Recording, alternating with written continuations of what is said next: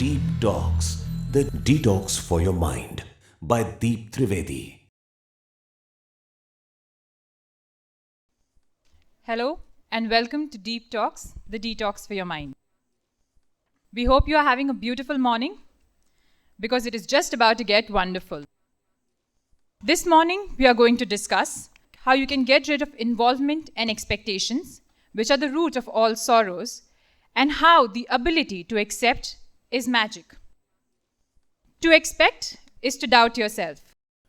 Expecting people to do something for you makes you dependent on them, and in turn, you provide them with the reins of your life.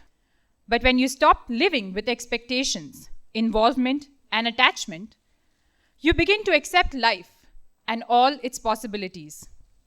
When you begin to accept, you expect more from yourself. And in this world, you should expect from nobody but yourself. Getting rid of expectations, involvement, attachments, and welcoming acceptance in your life is what will lead it onto the path of joy and success. And to help you tread that path of joy and success, allow me to introduce to you the catalyst of change, the master of great insights, and the expert on human psychology. Can we please put our hands together for Mr. Deep Trivedi?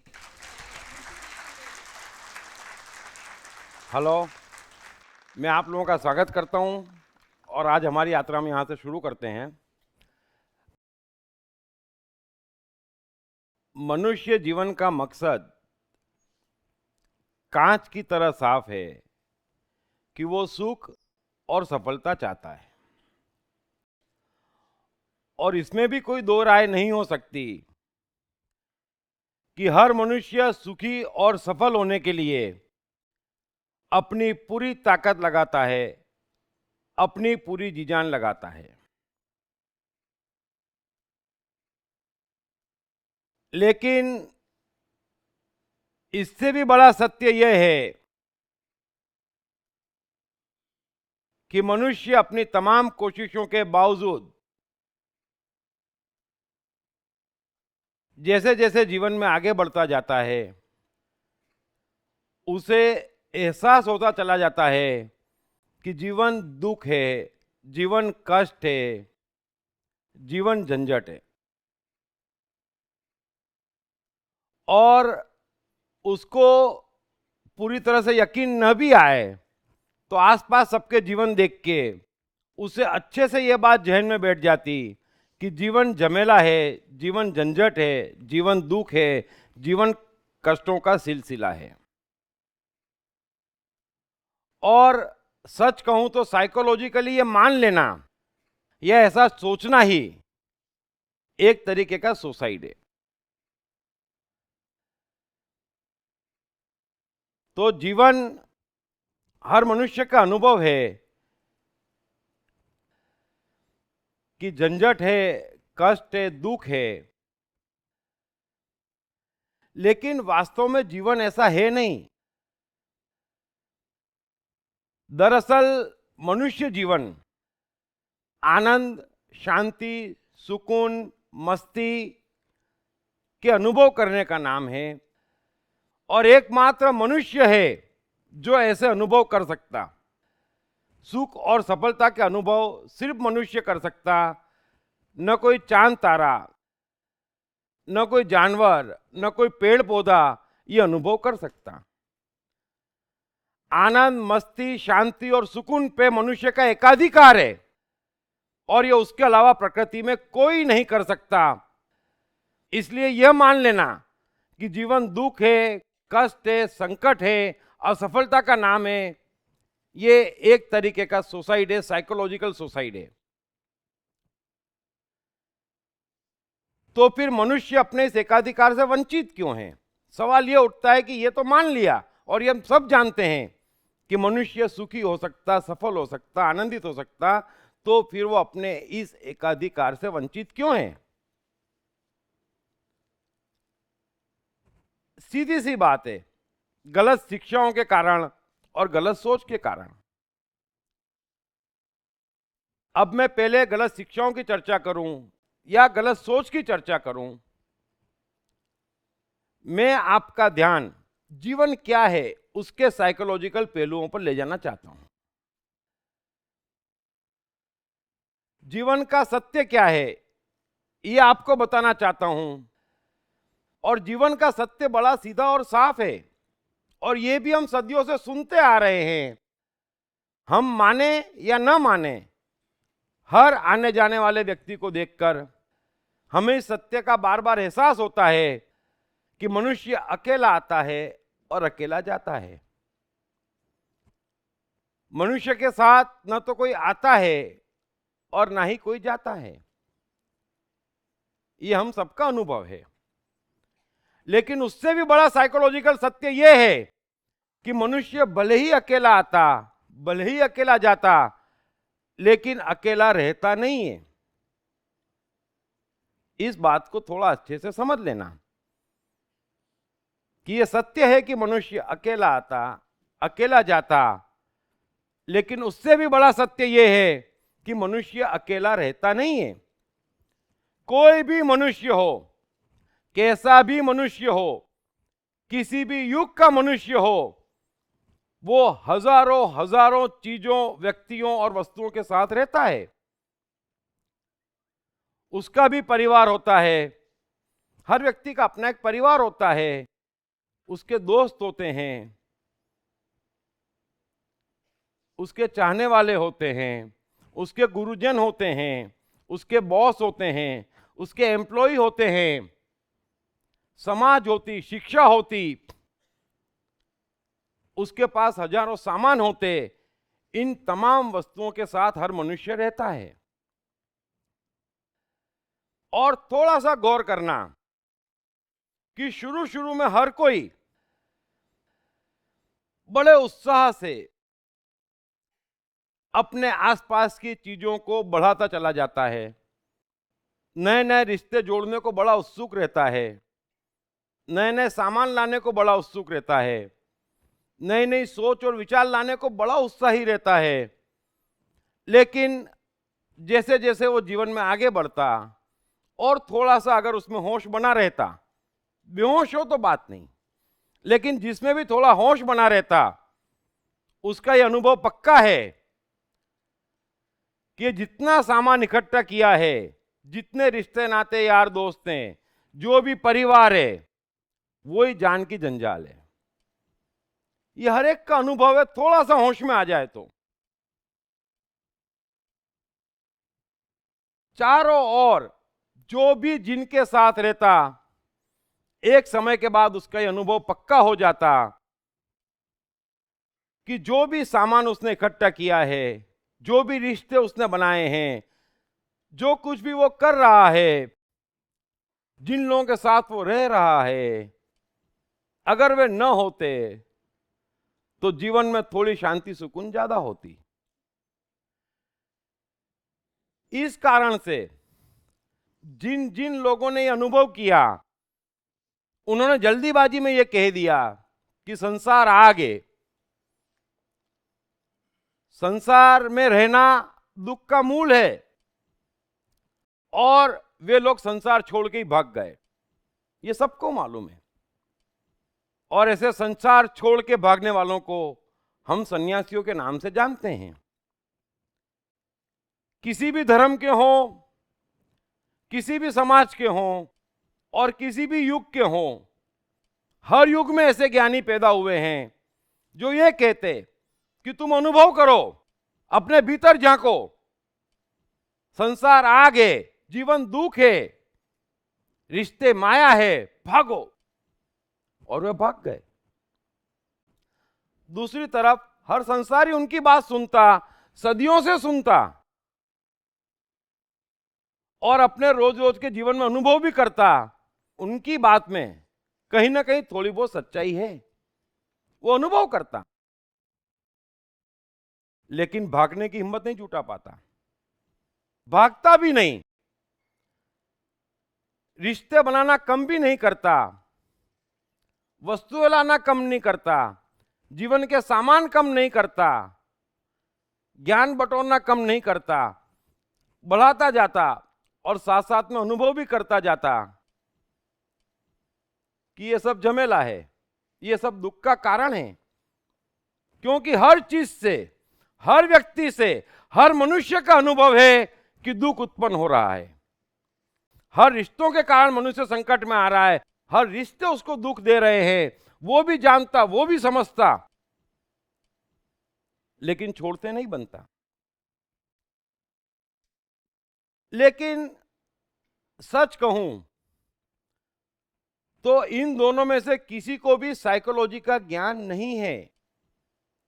अगर इन दोनों में से एक भी बात psychologically सत्य होती तो मनुष्य के जीवन में से दुख दर्द कब के दूर हो गए होते, मनुष्य आनंद और मस्ती से झूम चुका होता।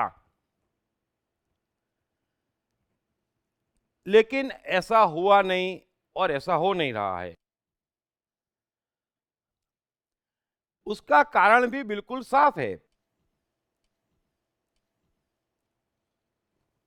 कि हम दो तरीके के मनुष्य को जानते, लेकिन तीसरे तरीके के मनुष्यों का किसी को साइकोलॉजिकल ज्ञान नहीं है, उस तरफ हमारी निगाह नहीं है। हम एक सन्यासी को जानते, उनकी बात भी मानते कि यार जीवन दुख है, संसार आग है, रिश्ते झंझट है, लेकिन फिर जब उठ के निगाह सन्यासी पे फेरते तो लगता है कि ये तो हमसे ज्यादा दुखी है, ये हमसे ज्यादा परेशान है, ये संसार छोड़ के तो भाग गया लेकिन हमसे ज्यादा परेशान है। वो रहेगा, परेशान आप भी रहेंगे, परेशान वो भी रहेगा। लेकिन एक तीसरे तरीके के व्यक्ति इतिहास में हमेशा हुए हैं, हर युग में हुए हैं और हजारों की तादाद में हुए हैं, जो सुखी और सफल हुए हैं, जो प्रसन्न रहे हैं, जिन्होंने मस्ती का अनुभव किया है, जो आज जीवन झूम के घूमे हैं, जो आज जीवन सुकून और शांति में रहे हैं। ऐसे हजारों मनुष्य हर युग में पैदा हुए हैं। दरअसल जीवन जीने का नाम है। सिर्फ मनुष्य है जो जी सकता है, सिर्फ मनुष्य है जो आनंद ले सकता, मस्ती से भर सकता, शांति का अनुभव कर सकता, सुकून का अनुभव कर सकता। सिर्फ मनुष्य है जो नाच सकता, झूम सकता, गा सकता। इस पूरी प्रकृति में जब मनुष्य अकेला नाच सकता, गा सकता, जी सकता, झूम सकता, शांति और सुकून अनुभव कर सकता, तो वहां से भागना, उस जगह को छोड़ के भागना, तो प्रकृति की इस अद्भुत लीला का अपमान हुआ। और इस हसीन जीवन को दुख और कष्टों में बिताना एक प्राप्त हुए अद्भुत अवसर को गंवाना हुआ। तो आज हम उस साइकोलॉजिकल सत्य की यात्रा शुरू करेंगे जहां से हम जान सकें, जहां से हम समझ सके कि क्यों संसार में भी दुख है, क्यों सन्यासी भी सुखी नहीं है, माजरा क्या है और सुख और सफलता की चाबी क्या है। मैं ये बात शुरू करूं उससे पहले मैं यूं कहूं, इस बात की शुरुआत मैं भगवत गीता के एक श्लोक से शुरू करना चाहता हूं। मैं बार बार भगवत गीता का श्लोक यूज इसलिए करता हूं ताकि संसार की इस सबसे अद्भुत और गहरी साइकोलॉजी के हम जब भीतर उतरे, जब मैं कभी भगवत गीता पे चर्चा प्रारंभ करूं तो सबको तैयार कर पाऊं उस गहरी साइकोलॉजी समझने के लिए जो मनुष्य के जीवन का उद्धार कर सकती, वो आपको उस ऊंचाई पे ले जा सकती जहां पहुंचना आपका अधिकार है। और भगवत गीता उन चंद ग्रंथों में से है जो मनुष्य को आसमान की ऊंचाई पर पहुंचा सकता। इसलिए मैं हमेशा हर बात में कहीं ना कहीं उसके एक आध श्लोक का वर्णन कर देता हूं ताकि सब जने तैयार हो जाएं कि जब अकेले भगवत गीता की चर्चा करूं तो किसी को यह ना लगे कि ये 440 वॉट के झटके बार बार कहां से लग रहे हैं। सो भगवत गीता में एक श्लोक है, कृष्ण अर्जुन से कहते हैं कि हे अर्जुन, मुझे इन तीनों लोकों में कोई कर्तव्य नहीं है, और इन तीनों लोकों में ऐसी कोई वस्तु अप्राप्त नहीं है जो प्राप्त करने योग्य हो। समझ लेना, कृष्ण कह रहे हैं कि हे अर्जुन, मुझे इन तीनों लोकों में कोई कर्तव्य नहीं है और कोई ऐसी प्राप्त करने योग्य वस्तु अप्राप्त नहीं है। जो भी सुंदर है, जो भी हसीन है, जो भी मनुष्य के पाने जैसा है, अर्जुन वो सब मैंने पाया हुआ है, लेकिन उसके बावजूद मैं कर्मों में ही बरतता हूं।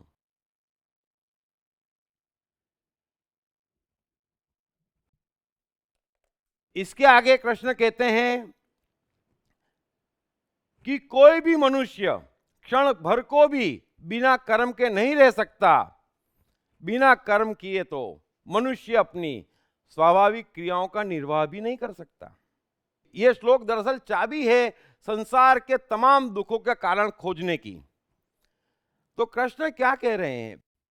कृष्ण कह रहे हैं कि हे अर्जुन, तू युद्ध से भागना चाह रहा है, तू युद्ध से भागना चाह रहा है, तू कर्मों से भागना चाह रहा है, लेकिन मुझे कोई कर्तव्य न होते हुए भी और तमाम चीजें प्राप्त होने के बावजूद भी मैं कर्मों में ही बरतता हूं, युद्ध के मैदान में डट के खड़ा हूं, तो तुझे तो पाना है, तू कैसे भाग सकता है? तुझे तो राज्य भी चाहिए, सुख भी चाहिए, सम्मान भी चाहिए, तुझे इतना कुछ चाहिए, तो कैसे भाग सकता है अगर मैं नहीं भाग रहा हूं जिसे कुछ नहीं चाहिए? यही जीवन का सार है। जीवन है, सांस है। जब तक मनुष्य की सांस चल रही है तब तक कर्म है। कर्मों से भागा नहीं जा सकता। तो जब कृष्ण कर्मों से नहीं भाग पा रहे, कृष्ण के पास उपाय नहीं बगैर कर्म के जीने का, तो कैसे कोई संसार से भाग सकता है? ये थोड़ी सी बात आप समझ लेना। जिन्हें प्राप्त करना है, जिन्हें बहुत कुछ पाना है, वो कैसे भाग सकता है? तो संसार दुख है, ये सबका अनुभव है, लेकिन उसके बावजूद ये साइकोलॉजिकल सत्य समझ लेना कि संसार से भागना दुखों का निवारण नहीं है। संसार से भागना कतई दुखों का निवारण नहीं है, दुखों में इजाफा करना है। और जब कर्म करना है, आप एक चीज समझ लेना कि मनुष्य जब भी कर्म करेगा तो उसे प्रयोग करना पड़ेगा दूसरे के साथ, दूसरे व्यक्तियों के साथ, दूसरे विचारों के साथ और दूसरी वस्तुओं के साथ उसे प्रयोग करना पड़ेगा। उसका छुटकारा नहीं है। इसलिए दो बात स्पष्ट समझ लेना कि मनुष्य बगैर कर्म करे रह नहीं सकता। कर्म से भागना पागलपन है, वो भाग नहीं सकता, दुखों का इजाफा करता है।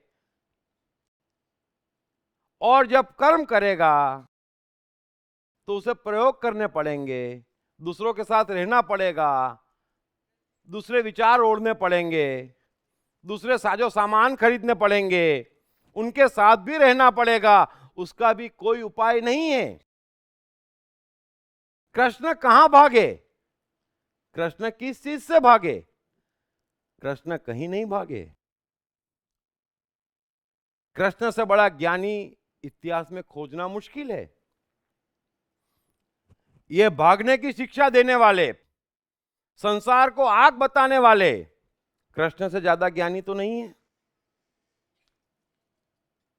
कृष्ण न 56 भोग से भागे, न रास से भागे, न प्रेमिकाओं से भागे, न नृत्य से भागे, न वांसुरी से भागे, न युद्ध से भागे, न हिंसा से भागे, न छल कपट से भागे। कृष्ण इस संसार की किसी भी सामान्य क्रियाओं से कभी भागे नहीं। वे इस संसार में सबके साथ डटकर जिए। कृष्ण ने तो 8 विवाह भी किए, 56 संतानें भी पैदा की, और यादवास्थली आते आते तो कृष्ण का परिवार, कृष्ण का संसार 350 व्यक्तियों का हो चुका था। तो संसार अगर आग है, जीवन दुख है, तो कृष्ण तो द्वारकाधीश भी थे, शौकीन भी थे, इतना बड़ा परिवार भी था, तो कृष्ण पे तो दुखों का पहाड़ टूट पड़ना चाहिए था। लेकिन इतिहास में कृष्ण से प्रसन्न व्यक्ति खोजना मुश्किल है।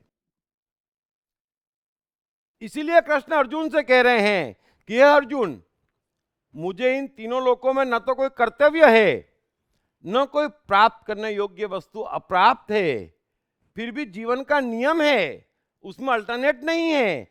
जब तक जीना है कर्मों में बरतना ही पड़ेगा, और जब कर्मों में बरतेंगे तो प्रयोग भी करने पड़ेंगे, लोगों से अटैच भी होना पड़ेगा, विचारों से भी अटैच होना पड़ेगा, वस्तुओं से भी अटैच होना पड़ेगा। जब तक आपका जीवन है तब तक रोज हजारों वस्तुओं से आपका मिलन जारी रहेगा, मौत तक ये सिलसिला चलता रहेगा, उसका कोई अल्टरनेट नहीं है। तो फिर दिक्कत कहां है?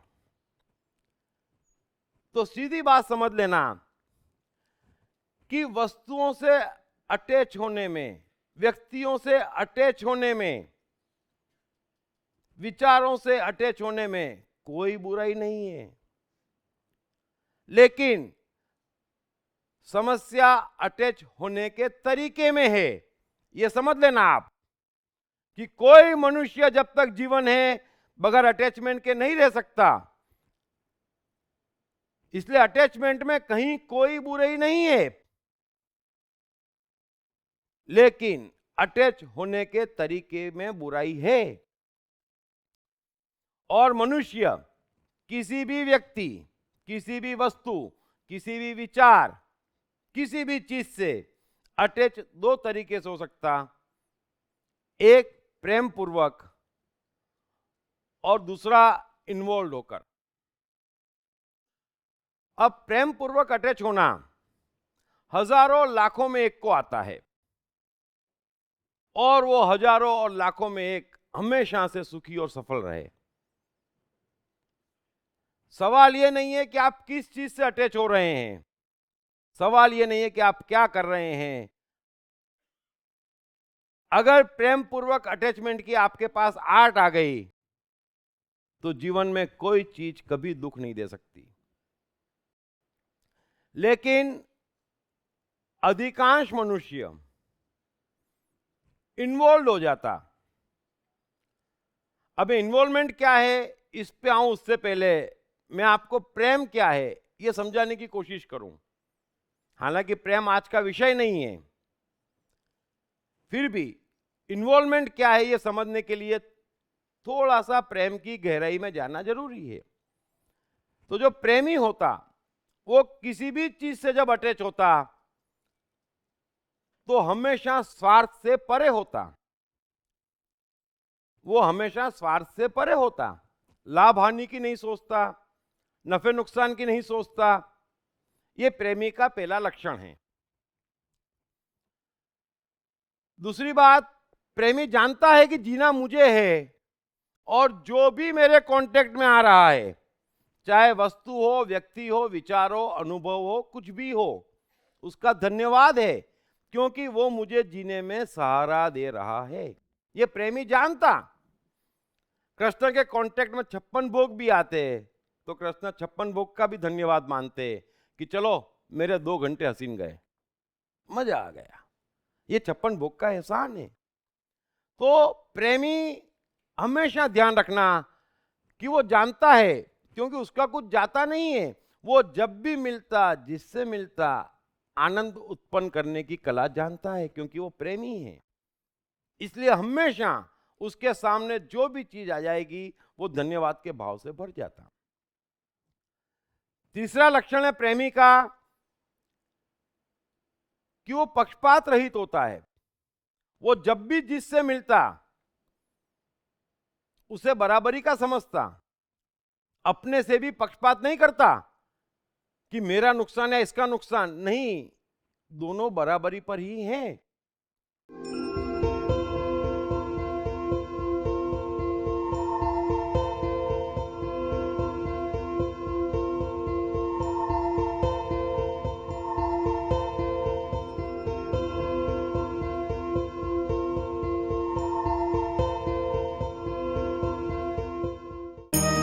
कृष्ण मन और जीवन के मास्टर। कृष्ण एक प्रेमी, एक कलाकार, एक गुरु, एक राजनेता, एक व्यवसायी। कृष्ण शून्य से सृजन करने का एक श्रेष्ठ उदाहरण। कृष्ण जो कठिनतम परिस्थितियों में भी हंसते हुए जीने की कला सिखाते हैं। कृष्ण जिन्होंने जीवन का हर युद्ध जीता। दीप त्रिवेदी द्वारा लिखित किताब मैं कृष्ण हूँ। ये किताब कृष्ण के संपूर्ण जीवन पर रिसर्च करने के बाद कुछ इस साइकोलॉजिकल अंदाज में सिलसिलेवार रूप से लिखी गई है कि जिसे पढ़ते पढ़ते आपका जीवन भी बदलता चला जाएगा। मैं कृष्ण हूँ। ये किताब अंग्रेजी, हिंदी, मराठी तथा गुजराती में एक साथ atmanestore.com साथ ही सभी प्रमुख ई-कॉमर्स साइट्स पर भी उपलब्ध है। आपको एक किस्सा सुनाता हूं।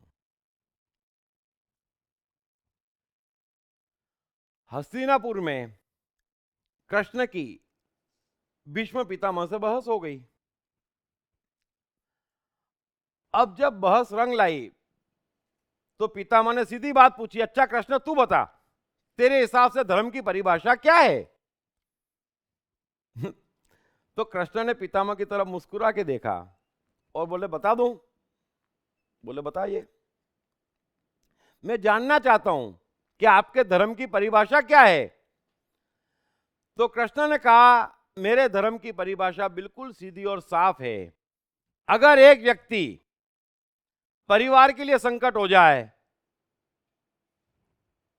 तो उस व्यक्ति का खात्मा जरूरी है। अगर कोई परिवार गांव के लिए संकट हो जाए तो उस परिवार का खात्मा जरूरी है। अगर कोई गांव राज्य के लिए संकट पैदा कर दे तो उस गांव का खात्मा जरूरी है। और कोई राज्य अगर आर्यावर्त के लिए खतरा पैदा हो जाए या आर्यावर्त के लिए खतरा पैदा कर दे तो उस राज्य का खात्मा जरूरी है।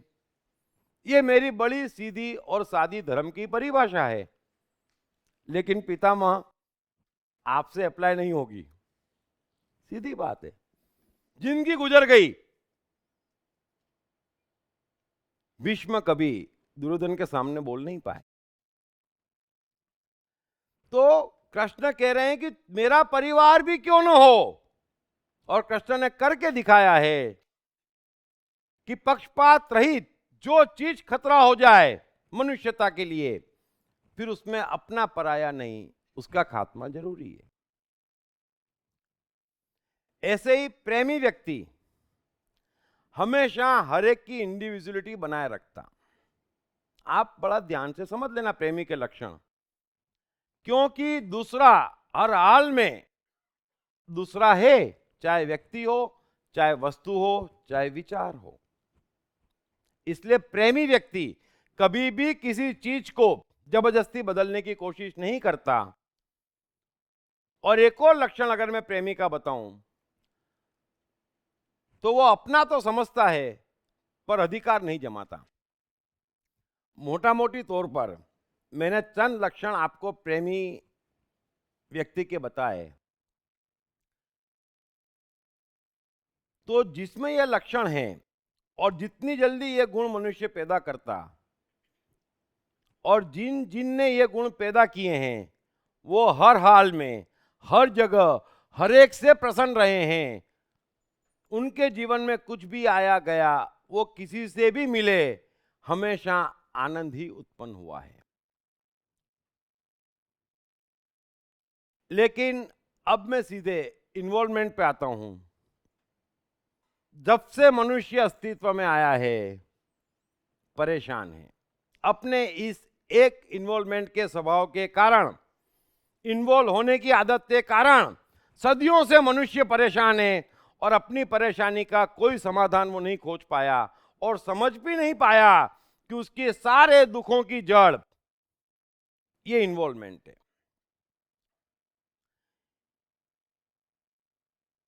मैंने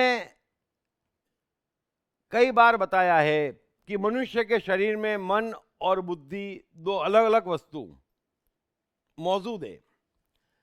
बुद्धि है विचारों का जगत और मन है भावों का जगत। और माइंड एंड ब्रेन हमेशा एक दूसरे को प्रभावित करते हैं। और मैं आपको इन्वॉल्वमेंट की साइकोलॉजी की गहराई में ले जाता हूं कि इन्वॉल्वमेंट शुरू कहां से होता है। इन्वॉल्वमेंट की शुरुआती जड़ है विचार, सोचना, देखना, सुनना, यानी कि संसार के सारे इन्वॉल्वमेंट ब्रेन से शुरू होते, बुद्धि की उपज है सारे इन्वॉल्वमेंट।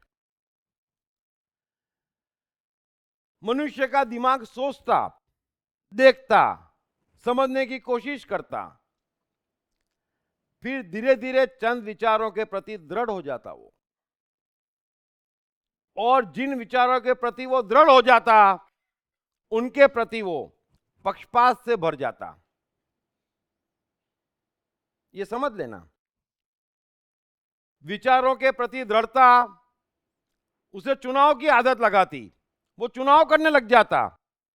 और ये जो पक्षपात और चुनाव है मनुष्य का, जो उसकी बुद्धि की उपज है, बस ये इन्वॉल्वमेंट का शुरुआती पॉइंट है। और जब कोई भी विचार जरूरत से ज्यादा दृढ़ हो जाता तो इन्वॉल्वमेंट के भाव में कन्वर्ट हो जाता, इन्वॉल्वमेंट का भाव उसमें आना शुरू हो जाता। ये पूरी प्रोसीजर आप बड़ी शांति से समझ लेना साइकोलॉजिकली, कि सोचना बुद्धि की आदत है, जरूरत हो या ना हो। जब वो लगातार सोचता, या कोई उससे कोई बात लगातार कहता, या कोई बात वो लगातार देखता, या कोई बात वो एक तरीके से समझने की कोशिश करता, तो विचारों में दृढ़ता पैदा करता। और जैसे ही विचारों में दृढ़ता पैदा करता, जिस चीज के लिए दृढ़ता पैदा करता, वो उसमें इन्वॉल्व होना शुरू हो जाता। क्यों? क्योंकि वो उसका पक्षपात करता, उसके प्रति पक्षपात से भर जाता, उसका चुनाव करता और इन्वॉल्वमेंट शुरू हो जाता। अब ये इन्वॉल्वमेंट क्या है समझ लेना।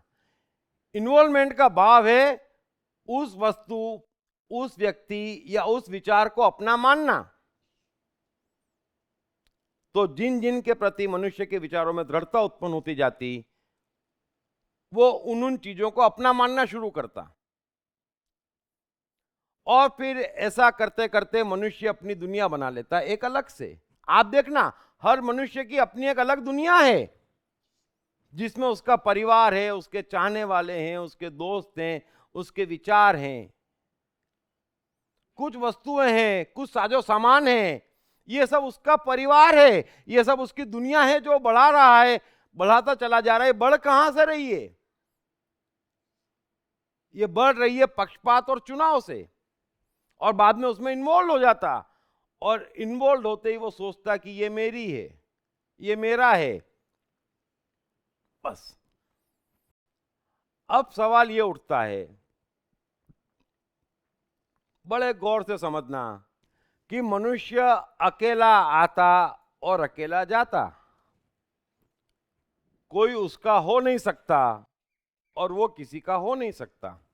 ये साइकोलॉजिकल सत्य है। लेकिन इस सत्य को आप ठुकराते इन्वॉल्व होकर।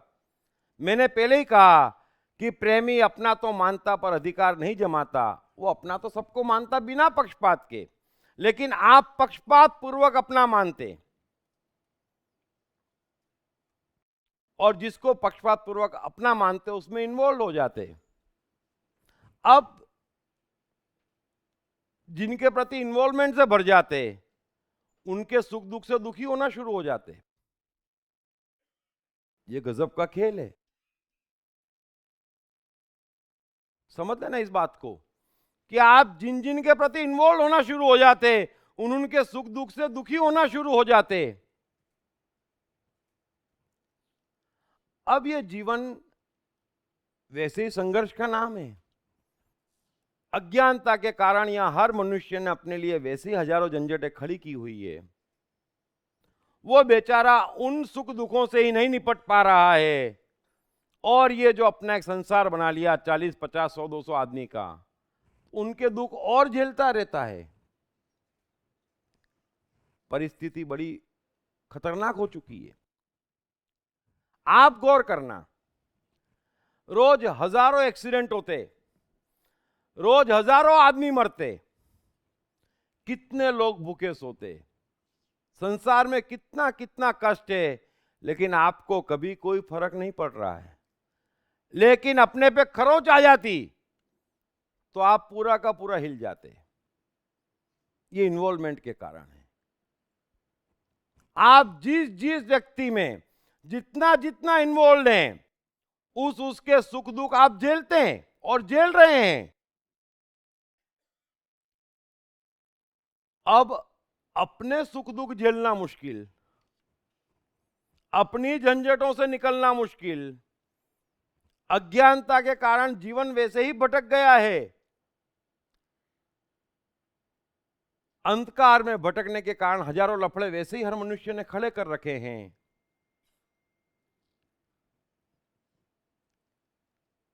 और उस पर ये जो 100, 200, 500 लोगों में इन्वॉल्व हुआ पड़ा है, बेचारा उनके सुख दुख के झटके अलग से झेल रहा है।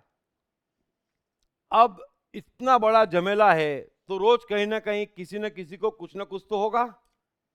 ये तो नहीं हो सकता, किसी रिश्तेदार को धंधे में लॉस होगा, किसी की आंटी जी की तबीयत खराब होगी, कोई बच्चा सीढ़ी पे से गिर जाएगा और आप खुद गिर जाएंगे, वो अलग।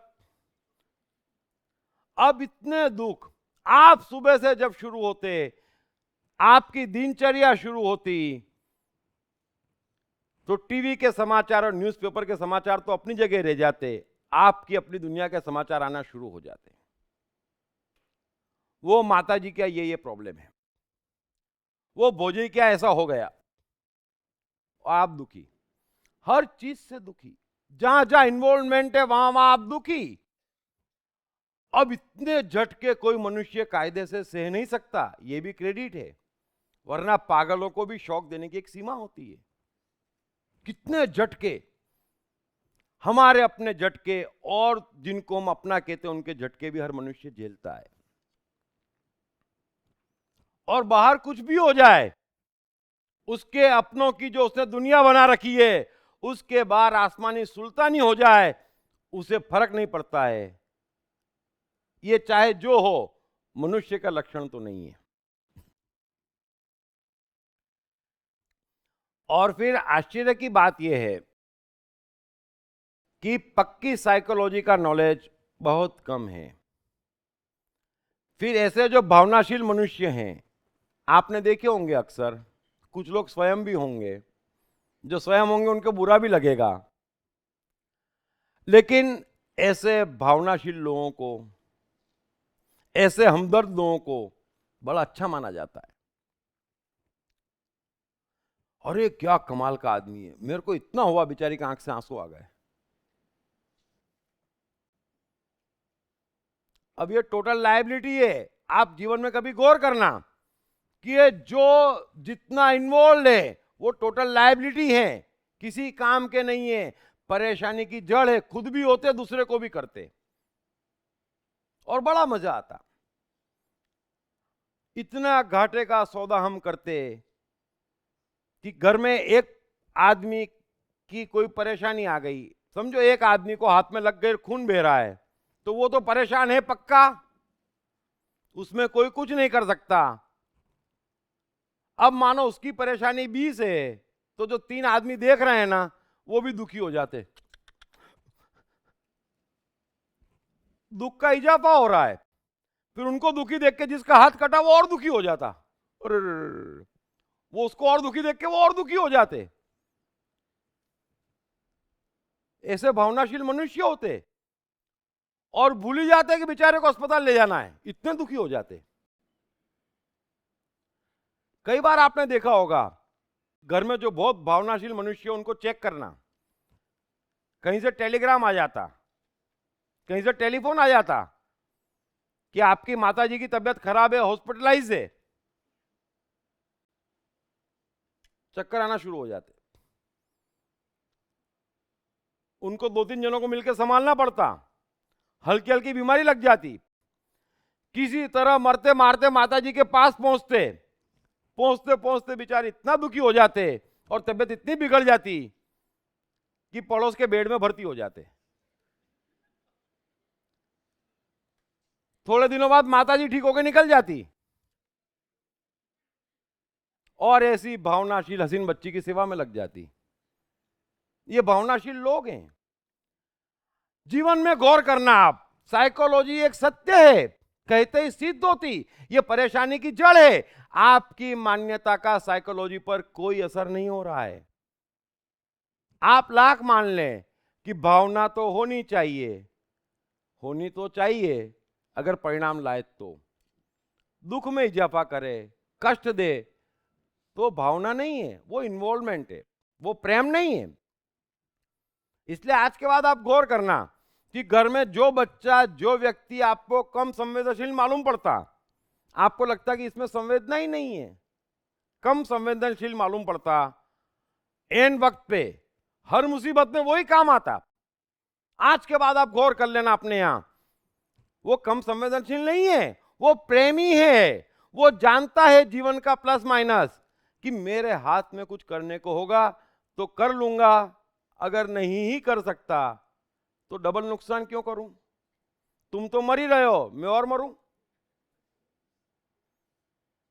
अरे नुकसान तो किसी का भी हो, भगवान का ही हो रहा है। प्रेमी जानता है कि हमारे भीतर बैठा भगवान को जब दुख हो रहा, कष्ट दे रहे हम उसको ऐसी ऐसी चीजों की सप्लाई कर रहे हैं कि ले अंदर बैठा ना, थोड़ा दुख ले, थोड़ा कष्ट ले, थोड़ा टेंशन ले। अरे गुनाह कर लिया बेचारे ने, तो वो नहीं देता। वो जानता है प्रेमी व्यक्ति अपने जीवन की कीमत और सबके जीवन की कीमत। काम हो तो करवा लो, सॉल्यूशन हो तो दे दो। नहीं, अब एक का सरदर्द हो रहा है, जिसका हो रहा है बेचारे का तो हो ही रहा है, आप उसके साथ सिंपैथी पूर्वक बैठ जाएंगे उसका सरदर्द उतरेगा नहीं और बढ़ जाएगा। अब जिसका सरदर्द हो रहा है कायदे से, उसको दवाई दो, कमरे में लाइट बंद करो और बोलो बैठ जा, उतर जाता, बाहर आ जाना है। हम तो अपना काम करें भाई, लेकिन नहीं, सरदर्द बढ़ा देते उसका भी। प्रेम और इन्वॉल्वमेंट का फर्क अच्छे समझ लेना कि जब जब प्रेम होगा तब तक आनंद, शांति, मस्ती, सुकून, रत्य पैदा होगा, और जहां जहां इन्वॉल्वमेंट होगा वहां वहां दुख, दुख, दुख और दुख और दुख और दुख पैदा होगा। और अंत में आप मान लेंगे कि जीवन दुख है, जीवन कष्ट है, संसार आग है नहीं।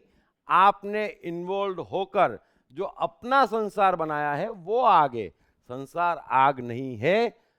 इसलिए कबीर कहते हैं कि पोथी पढ़ पढ़ जग मुआ, पंडित हुआ न कोई, 2.5 अक्षर प्रेम का पढ़े सो पंडित होए।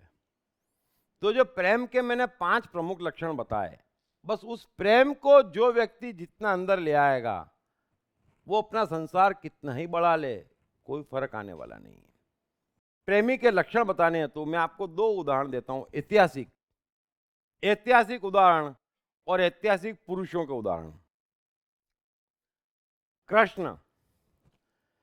कृष्ण को जब पहली संतान प्रद्युम्न हुई तो कृष्ण द्वारका में नहीं थे, लेकिन हुआ कुछ ऐसा कि 8वें रोज ही उसका अपहरण हो गया और कृष्ण थे हस्तिनापुर। अब द्वारका के गुप्तचरों ने, सात्यकी ने, बलराम ने चारों ओर दौड़ लगा दी, लेकिन जब 5-10 रोज हो गए और उसको नहीं ढूंढ पाए तो सात्यकी को रवाना करा कि भाई जाओ हस्तिनापुर और कृष्ण को बोलो तुम्हारे यहां संतान प्राप्ति भी हुई और उसका अपहरण भी हो गया, फटाफट आओ और उसको खोजो। रुक्मणी बड़ी दुखी है, बड़ी उदास है। अब उसी समय हस्तिनापुर में ऐसा हुआ था कि पांडवों को जलाकर भस्म कर दिया गया था। हालांकि वे भाग गए थे, लेकिन उस समय की पोजीशन में पांडवों को भस्म कर दिया गया था। कृष्ण को उसी दिन विदुर जी ने बताया था कि पांडव जीवित है और मैंने उन्हें भगा दिया है, वे सुरक्षित हैं। और इधर सात्यकी खबर लेके आया कि महाराज आपको पुत्र रत्न की प्राप्ति हुई है और उसका अपहरण हो गया है, रुक्मणी बड़ी उदास है, आप उसको खोजें। कृष्ण ने सात्यकी की तरफ देखा और बोले मेरे भाई रुक्मणी की उदासी मैं समझ सकता हूं, लेकिन जब उस लड़के को द्वारका की फौज नहीं खोज पाई, जब सात्यकी तुम और बलराम जैसे वीर नहीं खोज पाए, तो मैं वहां आके खोज लूंगा, इसकी क्या गारंटी। लेकिन पांडवों को मैं खोज लूंगा, और पांडवों का खोजना बहुत जरूरी है, पांडवों का मिलना बहुत जरूरी है, उनको बचाना बड़ा जरूरी है, क्योंकि उनको कुछ हो गया तो पूरा आर्यावर्त आग में जल जाएगा। दुर्योधन की महत्वाकांक्षा चारों ओर आग उगलेगी, इसलिए एक लड़के के सामने मैं आर्यावर्त को दांव पे नहीं लगा सकता। तुम अपनी कोशिश करो और रुक्मणी को बोलो कि मेरा काम निपटते मैं आता हूं। तो ये प्रेम है कृष्ण का, इन्वॉल्व नहीं है कि मेरा बच्चा। और जब रुक्मणी नाराज हुई तो कृष्ण ने एक ही बात कही कि देख मेरी मां, वो कैसा होगा, क्या निकलेगा, ये भी हम नहीं जानते, तो उसके पीछे कितने समय और शक्ति का दुरुपयोग करें उसे खोजने में। और आखिर 18 वर्ष बाद वो मिला। तो इसे कहते हैं प्रेमी। इन्वॉल्व नहीं है, संसार है, दिख रहा है आपको कृष्ण का संसार, लेकिन कृष्ण का संसार है नहीं, इसीलिए वो प्रसन्न है, क्योंकि वो पॉजिटिव हैं, पक्षपात रहित हैं।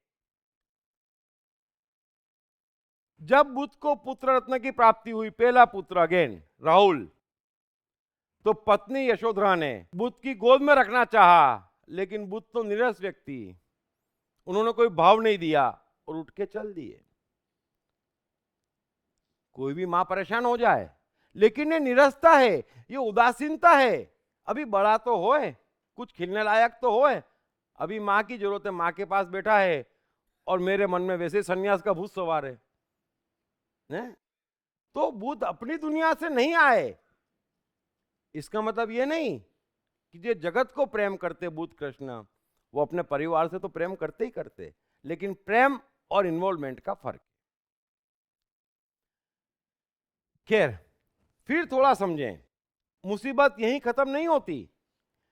ये नहीं है कि आसपास के व्यक्ति ही आपको परेशान कर रहे हैं, या सब एक दूसरे को परेशान कर रहे हैं, या सब एक दूसरे के कारण दुखी हैं, लेकिन ये इन्वॉल्वमेंट बढ़ते बढ़ते बढ़ते वस्तुओं में, धन में, समाज में, धर्म में, भगवान में, सब में हो जाता। आप गौर करना, आप ही की कहानी है, आप ही का विचार है, आप ही की सोच है, आप ही की दौड़ है, लेकिन है सब कुछ इन्वॉल्वमेंट। फिर अब गाड़ी से इन्वॉल्वमेंट है तो गाड़ी को खरोच आती दुखी। एक तो बड़ी मुश्किल से कमा के लाओ, और वापरो ना वापरो, और खरोच का दुख पालो। फिर धन से मोह, तो धन कम हो जाए तो टेंशन। मतलब आप थोड़ा गौर करना कि जीवन में कितनी कितनी जगहों पर आप इन्वॉल्व हैं, और विचार तो बाप रे बाप, विचारों की तो बात ही नहीं करने की। हर व्यक्ति ये सोचता कि मेरा विचार सर्वश्रेष्ठ और उसे सब माने। गजब का इन्वॉल्वमेंट है, कोई क्यों माने। और फिर ये जो भागने वाले कहते हैं कि संसार आग है, उससे बड़ी आग में वो लोग बैठे हैं। एक विचार के खिलाफ बोल के दिखा दो, पूरा का पूरा इस्लाम खतरे में आ जाता है। कमाल है, कितना इन्वॉल्वमेंट है। कहां तुम कह रहे हो कि आग से दूर है, बड़ी आग में चले गए। विचारों से इन्वॉल्वमेंट, व्यक्तियों से इन्वॉल्वमेंट, वस्तुओं से इन्वॉल्वमेंट, धन में इन्वॉल्वमेंट, हर चीज फिर दुख देती। जहां जहां इन्वॉल्वमेंट है, आप सोचते आप ही का विचार है कि ये राइटर बेस्ट है। विचार में तो आपका कुछ नहीं जा रहा, लेकिन कोई जरा सा उसके खिलाफ बोलता कि आप अपसेट हो जाते। जरा गौर करना, जहां जहां इन्वॉल्वमेंट है, उस पे होने वाले हमले से आप अपसेट हो जाते। इस कारण से जीवन में हंसना किसको कहते हैं, हर मनुष्य भूल गया है। और फिर थोड़ा यह भी समझना कि प्रकृति का हर वार दो तरफा है, ऐसे इन्वॉल्वमेंट का वार भी दो तरफा है। यह मत समझना कि वस्तु की तरफ जाना ही इन्वॉल्वमेंट है, नहीं, वस्तु से भागना भी इन्वॉल्वमेंट है, और ज्यादा मजबूत और कड़क इन्वॉल्वमेंट है। और इन्वॉल्वमेंट का वार दो तरफा है। अगर आप कुछ अपने बनाते या आप कुछ अपने मानते तो उसी समय आप दूसरी जगह भी इन्वॉल्व हो जाते कि ये अपने नहीं हैं, ये दूसरे हैं, ये पराये हैं। आप जैसे ही चंद विचारों को अच्छा मानते और उनमें इन्वॉल्व होते, वैसे ही आप मान लेते कि दूसरे अच्छे नहीं है विचार और ये पराये हैं।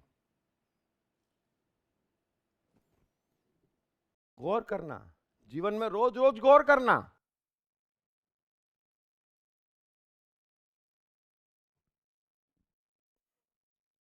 मैं भागने वालों की बात नहीं कर रहा, मैं संसार में रहने वालों की बात नहीं कर रहा, बात मैं कर रहा हूं दृढ़ता की, कि जहां जहां आप दृढ़ है वहां इन्वॉल्व हो जाते, और इन्वॉल्व हो जाते तो उसको ऐसा पकड़ के बैठ जाते कि उस पे होने वाले हर हमले अपने पे लेते, रेडीमेड सेनापति हो जाते। जहां जहां आप इन्वॉल्व हैं, कर कुछ नहीं पाते, कर कुछ नहीं सकते, और जीवन में दूसरा कुछ करने को बचता ही नहीं है।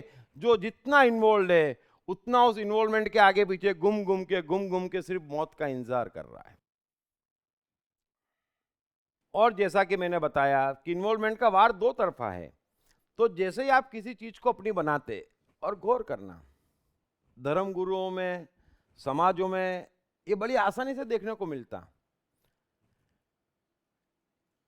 ठीक है, आप हिंदू हैं, आपकी बड़ी आस्था है हिंदू धर्म में, कोई दिक्कत नहीं है, तो इसका मतलब ये थोड़ी कि क्रिश्चियन धर्म खराब हो गया। ये कैसे हो सकता है? लेकिन होता, क्योंकि आप उसमें इन्वॉल्व हैं, ये आपका ज्ञान नहीं है।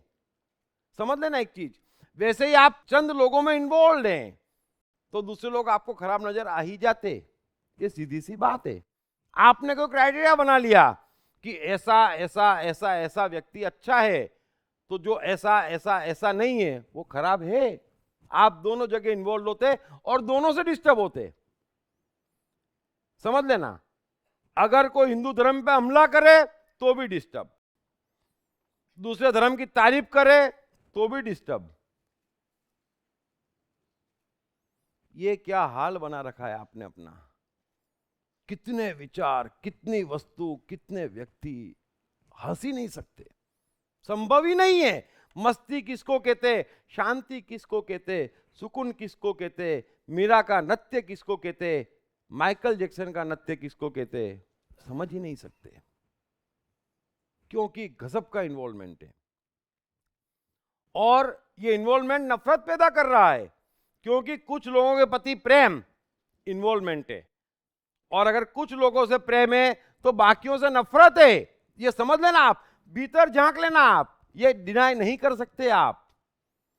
और जब नफरत है तो हृदय में प्रेम नहीं है, और जिसके हृदय में प्रेम नहीं है वो मर भी जाए तो सुख और शांति किसको कहते, उसका अनुभव नहीं कर सकता।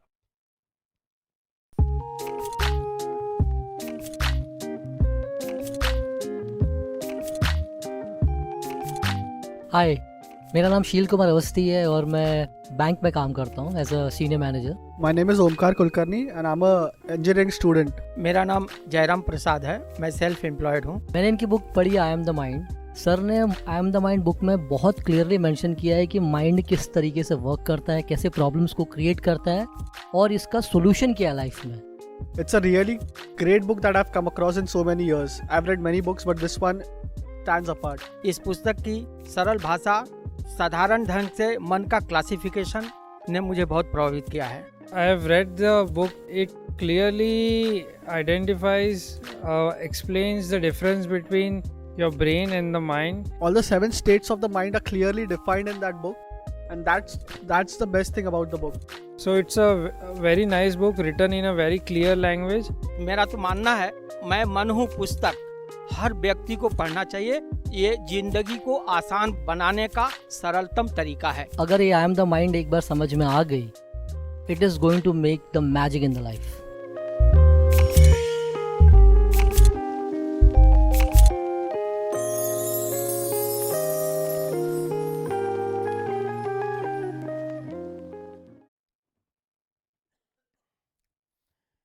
इसलिए एक बात स्पष्ट समझ लें कि जीवन है तब तक कर्म तो करना पड़ेंगे, कर्म से भागा नहीं जा सकता। आप जिन्हें भागने वाले कहते हैं या जो ये कहते हैं कि संसार आगे भागो, कर्म तो वे भी करते हैं और उनको भी कर्म तो करना ही पड़ते हैं। मैं सांस लेने की या भोजन की बात नहीं कर रहा। वे भी नमाज तो पढ़ते हैं, वे भी मंदिर की घंटियां बजाते होंगे, वे भी हाथ में वेद और कुरान पढ़ते होंगे। कर्म तो करना ही पड़ते हैं, किसी न किसी के चार्ज तो वे भी रहते हैं, प्रयोग तो वे भी करते हैं। फर्क सिर्फ इतना है कि वे ये समझते कि हम कुछ पुण्य कर्म कर रहे हैं, हम कुछ महान कर्म कर रहे हैं। लेकिन अगेन सत्य ये है, साइकोलॉजिकल सत्य बड़ा सीधा और साफ है कि शारीरिक तौर पर कोई भी कर्म, सांसारिक कोई भी कर्म अच्छा या बुरा हो ही नहीं सकता। इससे बड़ा दूसरा कोई अज्ञान ही नहीं हो सकता इस संसार में कि ये कर्म अच्छा और ये बुरा नहीं। सारे के सारे कर्म साइकोलॉजिकल है, अच्छा बुरा पाप पुण्य साइकोलॉजिकल है। इसलिए कृष्ण गीता में कहते, एक बार फिर कृष्ण की बात करता हूं मैं। कृष्ण गीता में कम से कम 5 से 7 बार अर्जुन से कहते हैं कि योगी पुरुष पाप और पुण्य दोनों को इस जन्म में काट देता। एक सच्चा योगी पाप और पुण्य दोनों से जीते जी मुक्त हो जाता, क्योंकि यह शारीरिक कर्म पाप पुण्य का पैमाना कतई नहीं है। पाप और पुण्य का एक ही पैमाना है कि आप जो कर्म कर रहे हैं उसमें आपका प्रेम है या उसमें आप इन्वॉल्व हैं।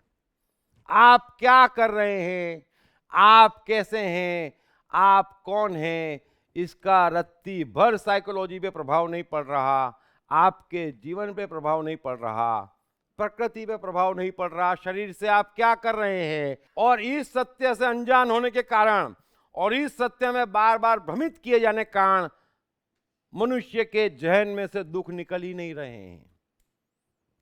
तो कृष्ण कह रहे हैं कि पाप पुण्य दोनों को इस जन्म में काट देता है।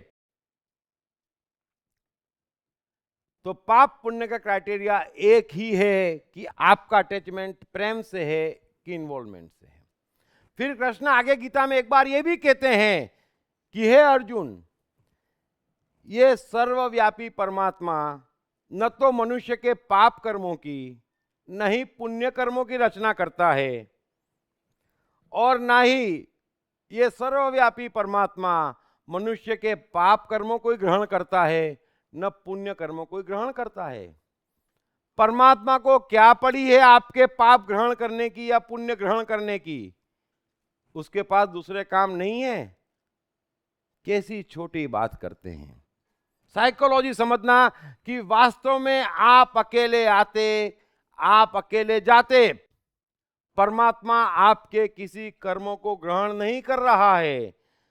कृष्ण बार बार गीता में यह बात दोहरा रहे हैं।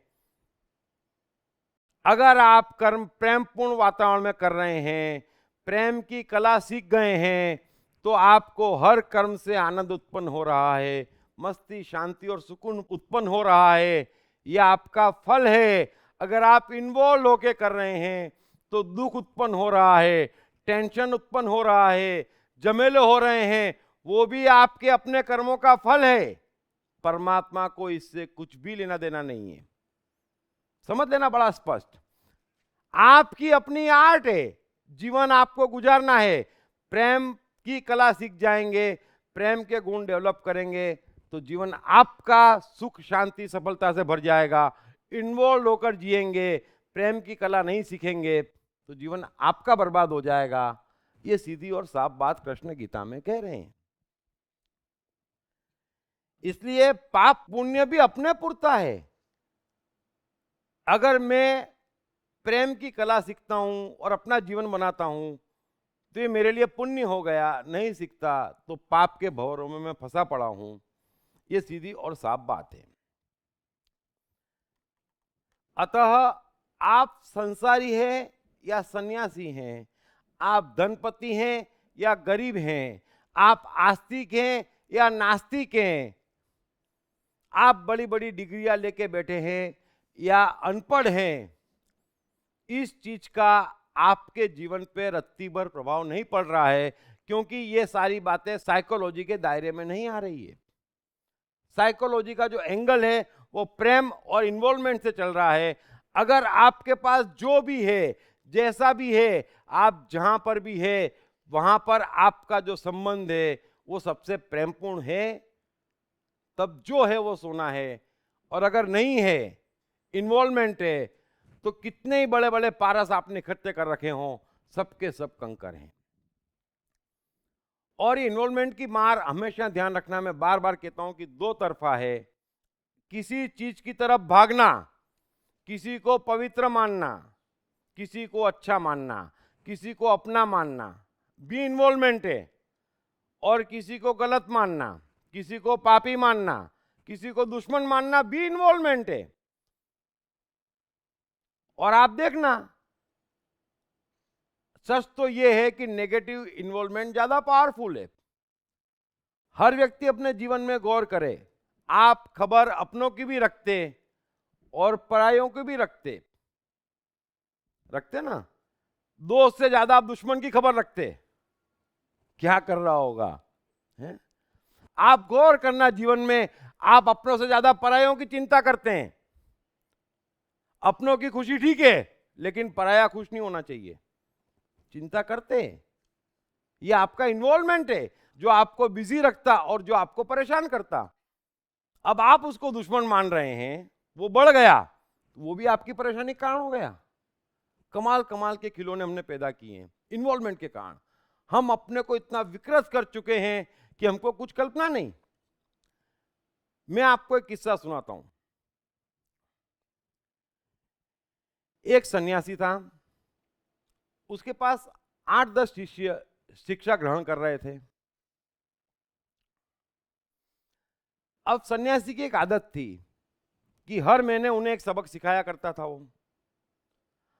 उधर बारिश का मौसम था और सन्यासी ने अपने शिष्यों को सख्त हिदायत दी कि इस पूरे महीने आप स्त्रियों से दूर रहोगे। ठीक है, शिष्य बड़ा सम्मान करते थे सन्यासी का। गुरु की आज्ञा हो गई, बात खत्म हो गई। अब रोज सुबह लोग भिक्षा मांगने जाते थे, सब जने ग्रुप बना के एक साथ जाते थे। अभी 5-7 रोज ही निकले होंगे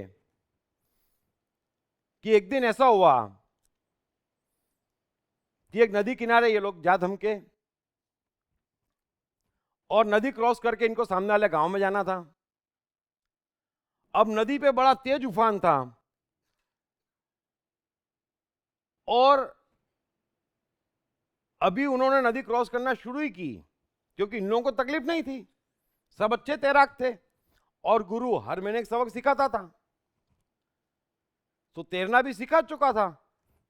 तो नदी का उफान इन लोगों को तो बाधा नहीं था, लेकिन दूर एक स्त्री बैठी थी नदी किनारे, बड़ा रो रही थी। वो गलती से इस किनारे आ गई थी और बेचारी के बच्चे उस पार गांव में थे। अच्छी तैराक नहीं थी, जाना जरूरी था, बड़ी परेशान थी, रो भी रही थी। तो उसने सन्यासियों की जो टोली इकट्ठी हुई थी उनसे कहा कि भैया मुझे पार करा दो। एक साथ 3-4 अकड़ के बोले, क्या बात करती है स्त्री, दूर हट। एक तो वैसे ही हम स्त्रियों के चक्कर में पड़ना नहीं चाहते और ऊपर से गुरु की आज्ञा है। बेचारी ने 2-4 बार और रिक्वेस्ट करी, लेकिन कोई सुने ना, और धीरे धीरे पार करते गए। लेकिन उसमें एक युवक था, वो बोला तो कुछ नहीं, लेकिन युवती को कंधे पे बिठाया और नदी पार करा दी। नदी पार करते तो करा दी, बाकी सब शिष्य उस पर टूट पड़े नदी पार करते ही। गुरु की आज्ञा की अवहेलना और ऐसा दुष्ट और ऐसा स्त्रियों का मोह। जिसने नदी पार कराई थी वो चुपचाप बैठा रहा, चलता रहा। शाम तक ये लोग वापस आए। वापस आए तो गुरु ने पूछा, कोई तकलीफ तो नहीं हुई, बारिश तेज थी, कोई कष्ट तो नहीं पड़ा? तो सबने मना किया, नहीं नहीं सब बराबर था। लेकिन एक उसमें बड़ा जलनशील था, उससे रहा नहीं गया। उसने गुरु से कहा, गुरु जी एक गड़बड़ हो गई है। बोले क्या? बोले एक्चुअली नदी क्रॉस करके उस गांव में जाना था, तो हम लोग तो निकल गए, वहां पे एक दुखियारी स्त्री बैठी थी, उसने मदद मांगी, हमने तो मदद नहीं की, लेकिन इसने उसे कंधे पे बिठा के नदी पार करा दी। एकनाथ नाम था उस शिष्य का। तो गुरुजी ने बोला, अच्छा ऐसा क्या? तो सब जने बोले हाँ बात सही है। तो गुरु ने एकनाथ को बुलाया, बेटा इधर आ। एकनाथ तो आया, तो गुरु ने उसको बड़ी शाबाशी दी कि बोले वाह, तुमने सचमुच मेरी आज्ञा का पालन किया, तू सचमुच उस स्त्री से दूर रहा।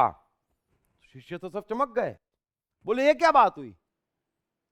तो गुरु ने कहा, देखो यही मैं तुम्हें सिखाना चाहता था और ऐसे ही किसी मौके की तलाश में था। इस एकनाथ को वो लड़की स्त्री नजर नहीं आ रही थी, उसको उस स्त्री में एक दुखियारा व्यक्ति नजर आ रहा था जिसको पार कराना जरूरी था। उसने पार करा दिया और वो पार करा के छोड़ भी आया उसे। तुम लोग अभी तक उसे कंधों पर उठा के यहां तक लाए हो। समझ में आई बात? ये इन्वॉल्वमेंट है। तो चीज की तरफ भागना उससे ज्यादा खतरनाक इन्वॉल्वमेंट है चीज से भागना। और ये तो इतिहास गवाह है, कौन सपने देखता और कहां पे ज्यादा उपद्रव होते। सारे भागने वाले और पक्के होते तो उनका धन बड़ा मजबूत हो जाता। ये कहां संसार से भागे हैं? कौन भाग सका है और किसको भागना है?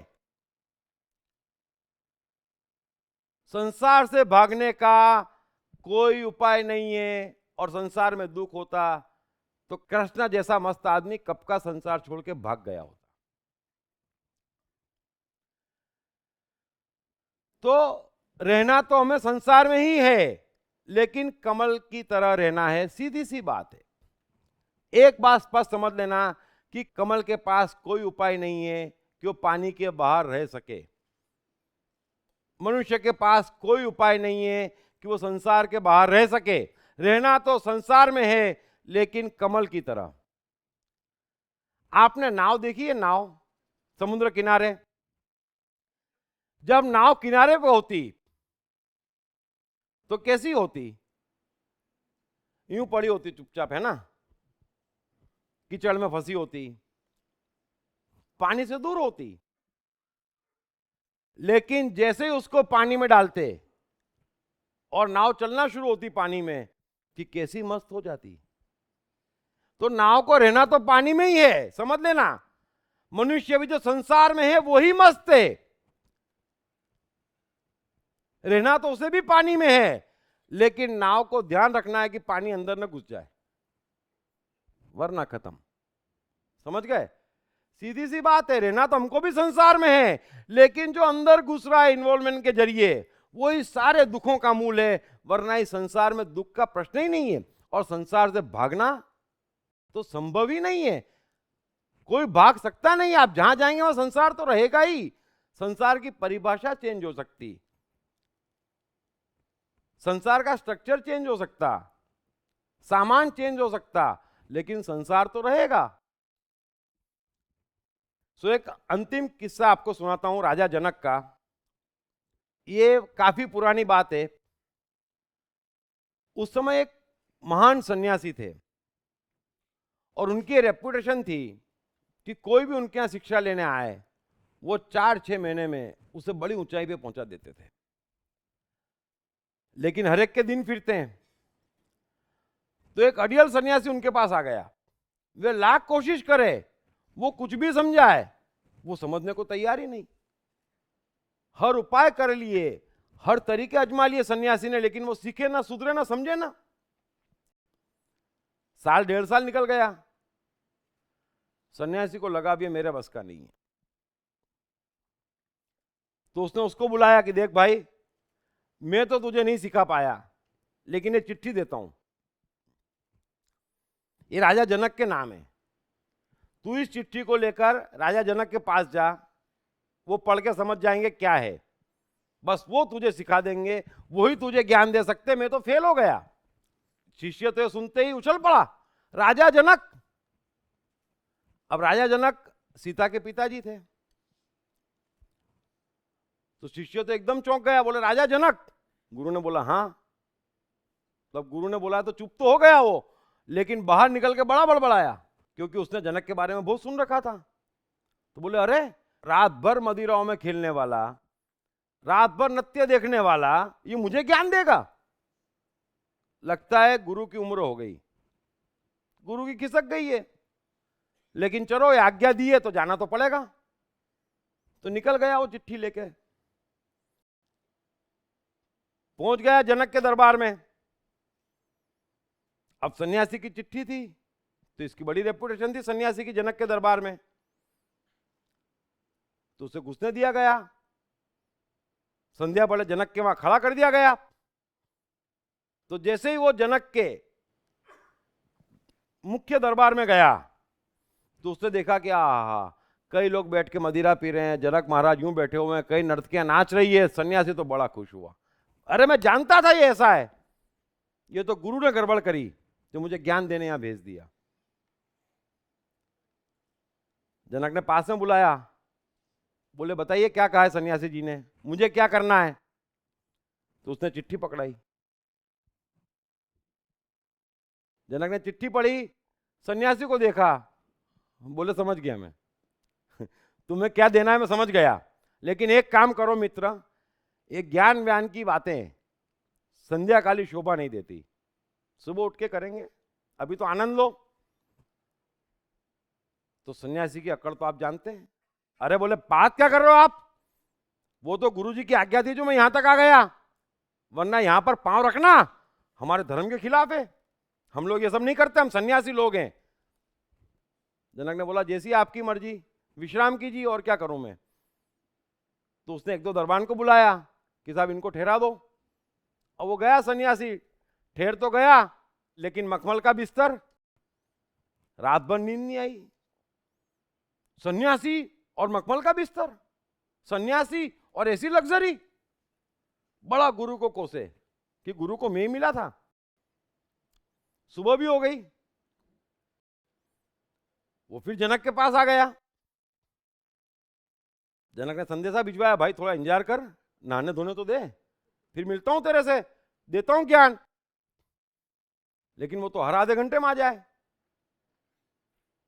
आखिर 11 बजे तक जनक तैयार हुए और मिले उससे, बोले बता क्या है। अरे बोले मुझे ज्ञान दो और छोड़ो, मेरे को नहीं रहना इस नरक में ज्यादा। अरे जनक बोले थोड़े दिन तो हमको मेहमान नवाजी करने दो भाई। अरे बोले नहीं नहीं नहीं नहीं नहीं, मुझे छोड़ो, इस पाप की दुनिया से मुक्त करो, मुझे भगाओ, गुरु जी ने जो बोला है वो मुझे दे दो फटाफट। तो जनक बोले आज तो नहीं भाई, कल दूंगा, कल सुबह सुबह 7 बजे आप यहां आ जाओ, हम दोनों सरोवर में स्नान करने जाएंगे, साथ में स्नान करेंगे और स्नान करते करते आपको ज्ञान दे दूंगा। सन्यासी ने बोला चलो एक दिन और सही, एक दिन रुकने का जो पाप पड़ेगा धो लेंगे। दूसरे दिन सुबह 7 बजे शार्प आ गया वो तो। जनक भी तैयार थे, गए दोनों सरोवर में नहाने। अब सरोवर महल के पिछवाड़ी था, कूद गए दोनों। अभी 5-10 मिनट नहाए होंगे और शिष्य ने सवाल पूछना शुरू करा था कि जनक के महल में धू धू धू करके आग लग गई, महल पूरी तरह से जलने लग गया। जनक तो अपना नहा रहे थे, महल सामने ही था, उनको भी दिख रहा था जल रहा है, लेकिन शिष्य तो महल को जलता देख के एकदम चौंक गया। अरे बोले बोले बोले मेरी लंगोट वहां रह गई, ये महल जल रहा है, मेरी लंगोट वहां रह गई। वो बोलते तो बोल गया, फिर उसने जनक को देखा, जनक तो अपने मस्ती में नहा रहे। वो शिष्य तुरंत जनक के चरणों में गिर पड़ा, मुझे ज्ञान मिल गया कि क्या है और कितना है उसका महत्व नहीं है, महत्व इस बात का है कि उसमें आप कितने इन्वॉल्व हो। आपके पास पूरा महल है, जल रहा है, आपको कोई फर्क नहीं पड़ रहा, क्योंकि आप उस महल को अपना मान नहीं रहे। मेरे पास एक लंगोट है, लेकिन इतनी मजबूती से पकड़ी हुई है, बस ये पूरे जीवन का खेल है। आपके पास क्या है और कितना है उसका महत्व नहीं है। जीवन है तो सामान बढ़ाओ, कौन रोकता है? लेकिन वो सामान आपको सिर्फ सुख देना चाहिए, आनंद देना चाहिए, मस्ती से भरना चाहिए। कौन रोकता है रिश्ते बढ़ाने से? बढ़ाओ, जितने बढ़ा सकते उतने बढ़ाओ, लेकिन रिश्ते प्रेमपूर्ण होना चाहिए, प्रेम पूर्वक बढ़ाया जाना चाहिए। उनसे दुख उत्पन्न होता है तो समझ लेना आप इन्वॉल्व है, और आप इन्वॉल्व हैं तो दुख है, और इन्वॉल्वमेंट है तो पाप है। फिर वो लंगोट है, वो टीका है, वो क्रॉस है कि डिग्री है, वो गाना है कि पत्नी है, कुछ भी है, अगर इन्वॉल्वमेंट है तो दुख ही देगा, वो पाप ही है। और प्रेम है तो संसार कितना भी बड़ा हो, बढ़ाना ही चाहिए। ये मनुष्य का एकाधिकार है, ये मनुष्य का हक है, कोई रोक नहीं रहा उसको। कहीं गलत तरफ भटके मत, संसार बढ़ाइए, लेकिन प्रेम पूर्वक। दरअसल दिक्कत क्या है, मैं आपको बड़ी स्पष्टता से कहूं तो साइकोलॉजी का बड़ा ज्ञान है। अभी सबको लगता कि बुद्ध सन्यासी हैं, ये गलतफहमी है। बुद्ध कतई सन्यासी नहीं है, न बुद्ध कतई सन्यासी थे, समझ लेना।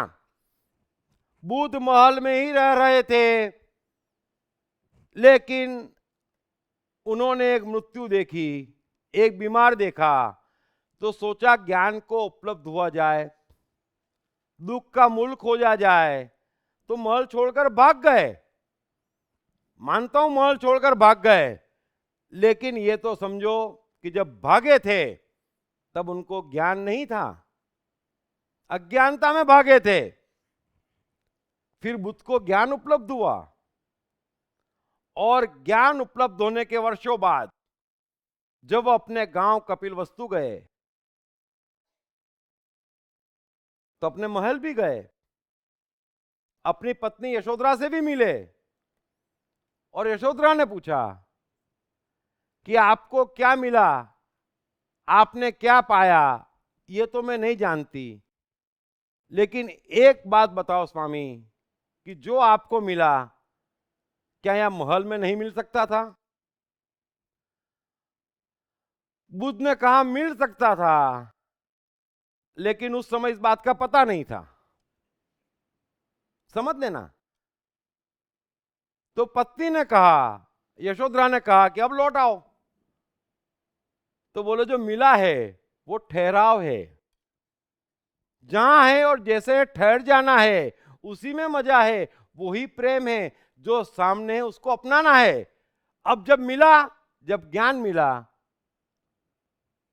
तब मैं सन्यासी था, तो अब ज्ञान बांट रहा हूं, जहां मिला वहीं ठहर गया, अब वो छोड़ के यहां नहीं आ सकता।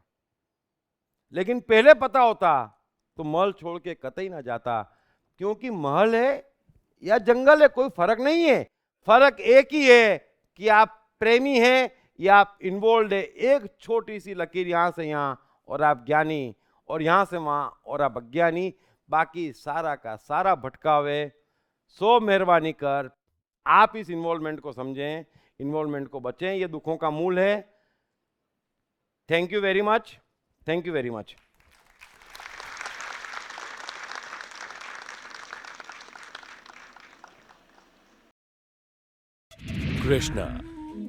कृष्ण का बचपन कैसा गुजरा?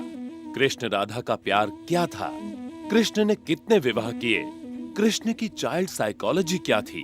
कृष्ण ने ग्वाले से द्वारकाधीश तक का सफर कैसे तय किया? ये यादव स्थली क्या है? इन तमाम सवालों के जवाब जानिए।